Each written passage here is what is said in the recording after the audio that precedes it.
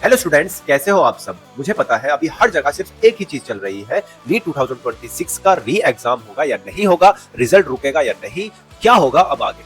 लेकिन आज की इस वीडियो में मैं आपको एक बहुत सीधी और जरूरी बात बताने वाला हूँ। देखो, जिंदगी में बहुत सारी चीजें हमारे कंट्रोल में नहीं होती, लेकिन एक चीज हमेशा हमारे कंट्रोल में होती है, वो है हमारी मेहनत। हमारी मेहनत को कोई छीन नहीं सकता, हम अपने हिसाब से अपनी मेहनत कर सकते हैं। अब मान लो री नीट हो जाता है तो फायदा किसे होगा? उसी को जिसने तैयारी चालू रखी हो। और अगर रीनेट नहीं होता तब फायदा किसे होगा? उसी को जिसने समय बर्बाद नहीं किया होगा।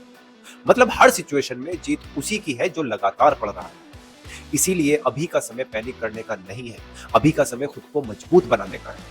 बहुत सारे बच्चे अभी कंफ्यूजन में बैठ गए हैं। कुछ बच्चे दिन भर सिर्फ न्यूज देख रहे हैं, कोई टेलीग्राम पर डिस्कशन पढ़ रहा है, कोई मार्क्स कंपेयर कर रहा है, कोई टेंशन लेकर भी नहीं पढ़ पा रहा है। लेकिन सुनो, ये सब चीजें सिलेक्शन नहीं दिलाती। सिलेक्शन दिलाती है daily study, daily revision, daily consistency.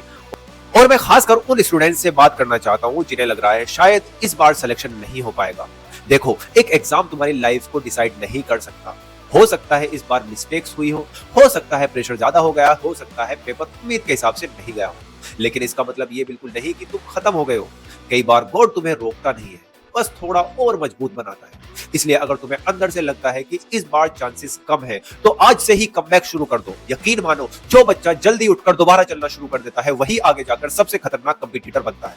और जो बच्चे नीट 2027 को टारगेट कर रहे हैं, तुम्हारे लिए तो अभी सबसे इंपॉर्टेंट फेज शुरू हुआ है। क्योंकि नीट की तैयारी लास्ट के 3 मंथ्स में नहीं होती, नीट की तैयारी शुरुआत से ही शुरू हो जाती है।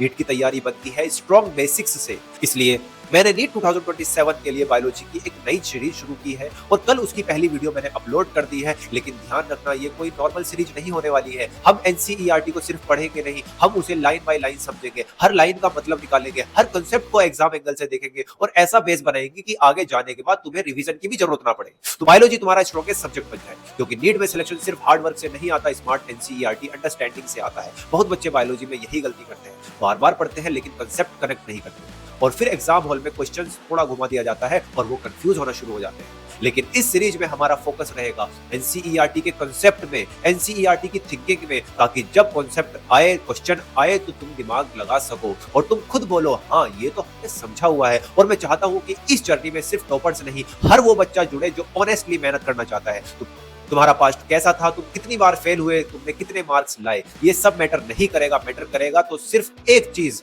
कि अब तुम आज से कंसिस्टेंसी शुरू करते हो या फिर नहीं। अगर आंसर हाँ है तो बिलीव मी, अभी भी हम बहुत कुछ कर सकते हैं। तो आज की वीडियो का बस एक ही मैसेज है, रीनीट हो या ना हो, दुनिया कुछ भी बोले, तुम अपनी तैयारी मत रोकना। क्योंकि आखिर में सिलेक्शन उसी का होता है जो मुश्किल समय में पढ़ाई जारी रखता है। तो मिलते हैं नेक्स्ट क्लासेस में पूरे जोश, पूरी कंसिस्टेंसी और एक नए कमबैक के साथ। और इस बार सिर्फ सपना नहीं देखेंगे, सिलेक्शन लेकर रहेंगे।